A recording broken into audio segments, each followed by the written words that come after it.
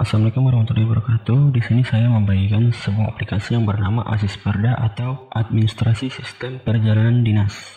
Jadi fungsi aplikasi ini adalah untuk menginput SPT dan SPPD, kemudian akan menghasilkan output yang bisa langsung dicetak. Sebelum menjalankan aplikasi ini, pastikan di laptop teman-teman itu sudah terinstall yang namanya Microsoft Access Database 2016. Download yang versi 32 bit. Jadi yang ini ya, untuk yang 32 bit. Kalau yang ini, dia itu versi 64 bit. Karena aplikasi yang saya bagikan adalah versi 32 bit, maka install yang ini. Dan sebelumnya aplikasi ini harus di run administrator. Caranya klik kanan, option, properties, compatibility, cek run administrator. Yang ini oke. Selanjutnya buka aplikasinya. Untuk pertama kali membuka aplikasi ini, dia akan menampilkan error. Namun error ini akan hilang jika kita sudah setting dari database aplikasi ini. Langkah pertama adalah browse dulu databasenya. Ini dia databasenya. Yang ini di folder dari aplikasi Asisperda. Ini dia,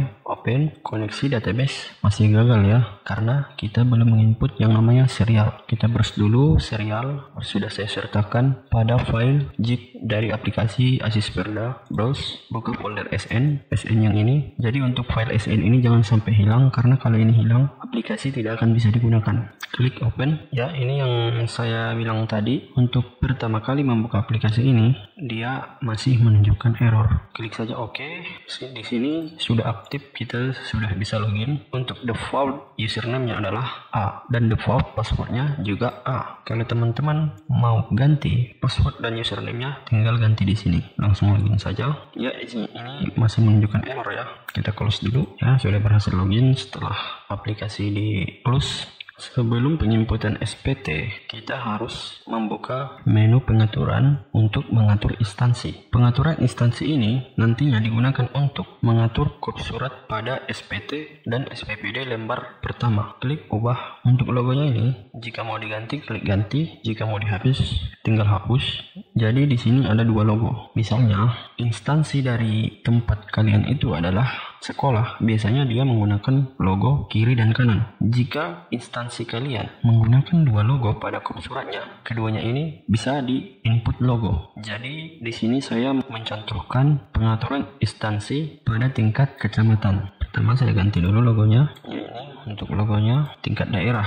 Tingkat daerah ini dia ada provinsi, kota, kabupaten. Maksudnya, jika instansi kita itu adalah kantor kecamatan, maka struktur yang ada di atasnya itu biasanya adalah kabupaten. Jika instansi tempat kita bekerja itu adalah pemerintah kabupaten, maka struktur teratasnya adalah provinsi. Karena saya menggunakan instansi kecamatan atau kantor camat sebagai contoh untuk pengaturan instansi di sini, maka tingkat daerahnya adalah kabupaten. Nama daerah sebagai contoh saya buat Kabupaten Tapanuli Selatan. Jadi di sini kabupaten, di sini Tapanuli Selatan. Struktur instansinya adalah kecamatan karena saya menggunakan pemerintah kecamatan. Nama instansi ini adalah kecamatan apa. Jika kita membuat di sini desa, dia desa apa? Begitu ya. Ya, saya buat kecamatan Angkola Muratais. Di sini ada lagi yang namanya kecamatan. Untuk form yang ini, dia hanya diisi hanya untuk instansi kelurahan atau pemerintah desa. Karena instansi kelurahan itu dan desa pada kop suratnya dia menggunakan 3 struktur, yaitu kabupaten, kecamatan, dan paling bawah adalah desa atau kelurahan. Karena saya menggunakan kecamatan sebagai instansi di sini, maka untuk kecamatannya ini saya kosongkan. Selanjutnya adalah alamat instansi. Untuk alamat instansi di sini adalah alamat lengkap dari lokasi kantor. Di sini saya tuliskan Jalan Muratais, Tertengger, nomor 00, Desa Muratais, Kecamatan Angkola Muratais. Lokasi kantor. Lokasi kantor ini digunakan untuk tempat penandatanganan. Misalnya, jika lokasi kantor kalian itu di desa A, maka di sini dituliskan desa A. Jadi, Lokasi kantor Kecamatan Angkola Martais berada di Desa Muara Tais. Jadi di sini saya tuliskan Desa Muara Tais. Telepon. Untuk nomor telepon, contoh saya buat 0812 000 XXX fax. Jika tidak ada fax, input strip seperti ini saja. Laman web misalnya saya buat https://www.amt.com. E-pos ini maksudnya adalah email, misalnya amt@gmail.com. Kode pos di sini misalnya saya buat 22772. Pimpinan instansi. Untuk pimpinan instansi di sini jabatan, nama jabatannya itu apa? Misalnya Kadis atau mungkin kepala desa atau mungkin kabit, kabak, tergantung jabatan dari pimpinan instansi tempat kita bekerja. Karena di sini kecamatan, maka di sini adalah camat. Nama di sini saya tuliskan misalnya Andri Sutomo, SPD, pangkat golongan misalnya pembina TK1. Untuk NIP misalnya 123400000. Format SPT ini maksudnya adalah format nomor dari SPT yang dikeluarkan oleh instansi. Misalnya di sini adalah 667/titik ini digunakan untuk nomor surat yang dituliskan manual.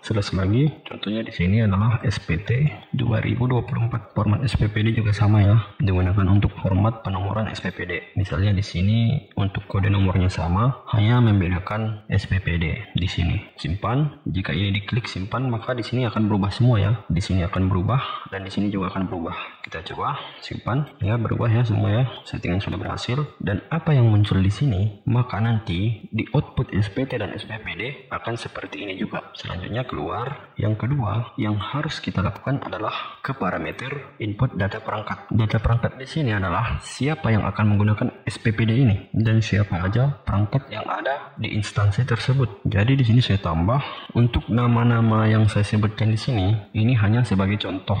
Misalnya pertama saya tuliskan Susanti. Jabatan kasih pemerintahan, pangkat golongan misalnya A. Untuk di sini NIP saya tuliskan 00 saja. Tambah lagi, jangan lupa juga untuk menambahkan PPTK sesuai dengan Permendagri nomor 1 tahun 2023 yang menekan di sini siapa dan di sini. Kalau di sini namanya PPTK. Jika di tempat teman-teman bukan PPTK, tambahkan saja di sini apa dia jabatannya. Tambah. Untuk contohnya saya buat Budi Supratama Santos. Jabatan PPTK atau pejabat pelaksana teknis kegiatan, pangkat golongan ABCD, NIP, simpan. Untuk contoh data perangkat di sini saya menginput sebanyak 3 orang. Keluar jika sudah selesai. Berikutnya kita menginput SPT. Klik tambah di sini. Maksud perjalanan di sini, maksud perjalanan tujuan kita untuk mengeluarkan SPT ini apa? Misalnya menghadiri bimbingan teknis, pelatihan administrasi. Akun anggarannya apa? Contohnya di sini APBD Kabupaten. Tanggal berangkat. Misalnya saya berangkat di tanggal 1 bulan 7. Tanggal kembali. Tanggal kembali di sini adalah tanggal kita kembali dari tempat tujuan kita, bukan tanggal sampai di tempat kedudukan. Jadi di sini misalnya saya di sana pulangnya atau kembalinya di tanggal 6. Waktu di perjalanan maksudnya adalah berapa hari kita di jalan atau di kendaraan saat menuju ke tempat tujuan. Misalnya di sini saya buat 3 hari. Untuk tanggal berangkat, tanggal kembali, dan waktu di perjalanan ini, jika teman-teman bingung, saya di sini menyiapkan tool kalkulator tanggal. Contohnya pada undangan dari lembaga diklat tersebut, kita akan melakukan pelatihan dari tanggal 17 sampai tanggal 20 dengan waktu perjalanan 3 hari di jalan. Submit, maka kita akan melakukan perjalanan selama 10 hari. Mengapa 10 hari? Karena dari tanggal 17 sampai dengan tanggal 20 berjumlah 4 hari, sedangkan di perjalanan kita 3 hari. 3 hari saat berangkat dan 3 hari saat pulang. Jadi waktu di perjalanan menghabiskan sebanyak 6 hari. Untuk kepentingan kita di tempat tujuan menghabiskan sebanyak 4 hari. Jadi di sini akan muncul keterangan kamu akan melakukan perjalanan selama 10 hari. Jika waktu tempuh ke tempat tujuan adalah selama 3 hari, maka keberangkatan dilakukan pada tanggal 14 bulan 6 sampai di tujuan pada tanggal 17 bulan 6. Kembali dari tujuan pada tanggal 20 sampai di asal pada tanggal 23. Untuk penjelasan di sini sudah cukup detail. Jika teman-teman bingung untuk mengisi tanggal di sini, kalian tinggal klik tool dan buka kalkulator tanggal, tinggal input di sini acara mulai atau tugas. Jika teman-teman bertugas selama 1 hari, misalnya di tanggal 17, di sini juga di input tanggal 17. Untuk waktu perjalanan di sini klik saja 0 jika dia perjalanannya tidak lebih dari setengah hari, atau perjalanan dinas dalam daerah tidak memakan waktu cukup banyak, maka di sini dituliskan 0. Kita submit, kamu akan melakukan perjalanan selama 1 hari sampai pada tanggal yang sama, kembali pada tanggal yang sama, sampai di asal juga pada tanggal yang sama. Ini untuk kepentingan-kepentingan yang memakan waktu hanya 1 hari dan tidak terlalu jauh. Jadi jika ke tempat tujuan itu tidak memakan waktu lebih dari setengah hari atau hanya beberapa menit, di sini dituliskan 0. Lanjut, keluar dari. Untuk dari di sini adalah tempat asal, tempat instansi. Karena saya tuliskan tadi di pengaturan instansi Desa Murtais, maka di sini otomatis muncul Desa Murtais tujuan. Misalnya di sini tujuannya adalah Jalan 123 Medan, kantor gubernur. Ini hanya contoh ya, transportasi yang kita gunakan itu apa? Misalnya di sini saya tuliskan bus. Ini udah selesai semua, tinggal simpan. Selanjutnya klik 2 kali untuk menambah SPPD. Saya klik. Sebelum kita menambahkan SPPD, ada baiknya kita terlebih dahulu mengatur dasar SPT yang dikeluarkan apa. Misalnya di sini tambah dasarnya Perbub nomor 1 tahun 2024. Yang kedua misalnya perintah camat, simpan. Selanjutnya SPT untuk apa kita melakukan SPT ini, tambah misalnya menghadiri bimbingan teknis,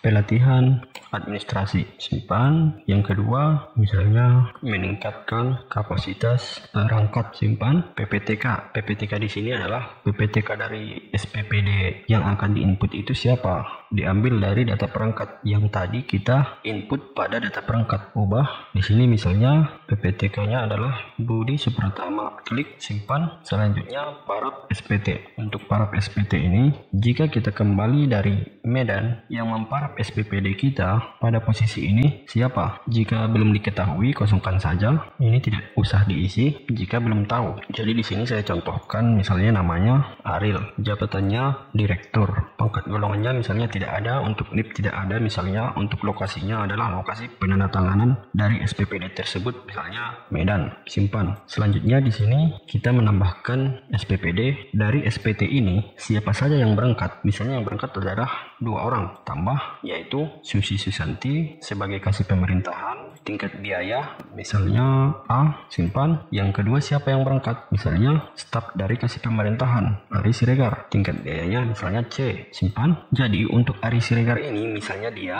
membawa pengikut sebanyak 2 orang, yaitu istri dan anaknya. Kita tinggal klik 2 kali, tambahkan pengikut, klik dulu, ubah. Misalnya yang ikut adalah Ibu Mawar, tanggal lahir, keterangan istri, simpan. Klik lagi, nomor 2, ubah. Si Ari ini membawa anak yang namanya April, tanggal lahirnya misalnya 2009, keterangan anak, simpan. Jadi di sini semua sudah selesai di input. Kita tinggal cetak SPPD dan SPT-nya. Jika teman-teman perhatikan dari tadi, dari semua yang kita input, dia cukup simpel. Kita tinggal input dari form-form ini secara instan, SPT sudah bisa dicetak. Contohnya saya cetak SPT yang sudah kita input tadi, cetak SPT. Ini tinggal kita print. Pada previewnya ini, jika ada kesalahan pengetikan, bisa ubah menggunakan tool ini. Sudah saya sertakan di aplikasinya. Ini dapat kita ubah pada preview, namun perubahan di sini tidak akan tersimpan pada aplikasi. Dia hanya berubah pada preview ini saja. Ya, semua hasilnya sesuai dengan apa yang kita setting tadi ya. Selanjutnya cetak SPPD, klik 2 kali. Misalnya saya mau cetak SPPD ini dulu, cetak depan. Ini dia hasilnya. Pejabat pembuat komitmen, Camat Angkola Murtais, sesuai dengan jabatan dari pimpinan instansi. Ini untuk namanya sudah otomatis semua. Di sini tertulis 9 hari. Mengapa 9 hari? Sedangkan di sini pada pengaturan SPT ini hanya 6 hari. Di sini 1 sampai tanggal 6. Waktu di perjalanan 3 hari. Dikarenakan kita berangkat pada tanggal 1. Sedangkan waktu di perjalanan adalah 3 hari. Berarti kita sampai pada tujuan pada tanggal 3. kepentingan kita di tempat tujuan selama 3 hari, yaitu tanggal 4 sampai dengan tanggal 6. Pada tanggal 6 kita sudah harus kembali, sedangkan waktu di perjalanan adalah 3 hari. Maka tanggal 1 sampai dengan tanggal 6 ditambah 3 hari waktu perjalanan saat kita kembali. Makanya di sini pada SPP di depan ini akan tertulis 9 hari. Jika teman-teman masih bingung, bisa bertanya pada kolom komentar. Ya, ini udah sesuai semua ya, sesuai yang kita input tadi. Selanjutnya kita lihat SPPD yang kedua.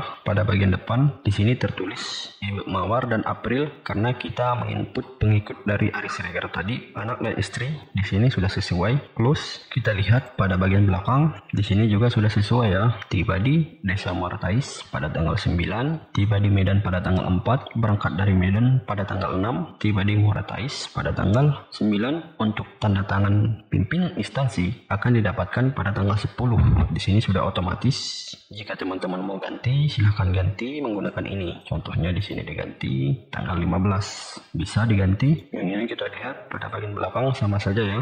Jadi untuk sekian penjelasan dari saya. Sebenarnya aplikasi ini masih butuh sedikit pengembangan lagi pada bagian parameter input laporan ini. Namun saya tidak melanjutkan modul dari aplikasi ini karena beberapa hari ini saya sedang sibuk. Untuk selanjutnya saya akan memperbaharui aplikasi ini. Ini adalah Asis Perda versi 1244. Saya akan mencoba memperbaharui versi 1245 untuk beberapa hari ke depan pada waktu luang saya. Semoga teman-teman terbantu dengan penggunaan aplikasi ini. Jika masih ada kebingungan, bisa hubungi kontak saya di sini. Sudah saya sertakan. Sekian penjelasan saya. Assalamualaikum warahmatullahi wabarakatuh.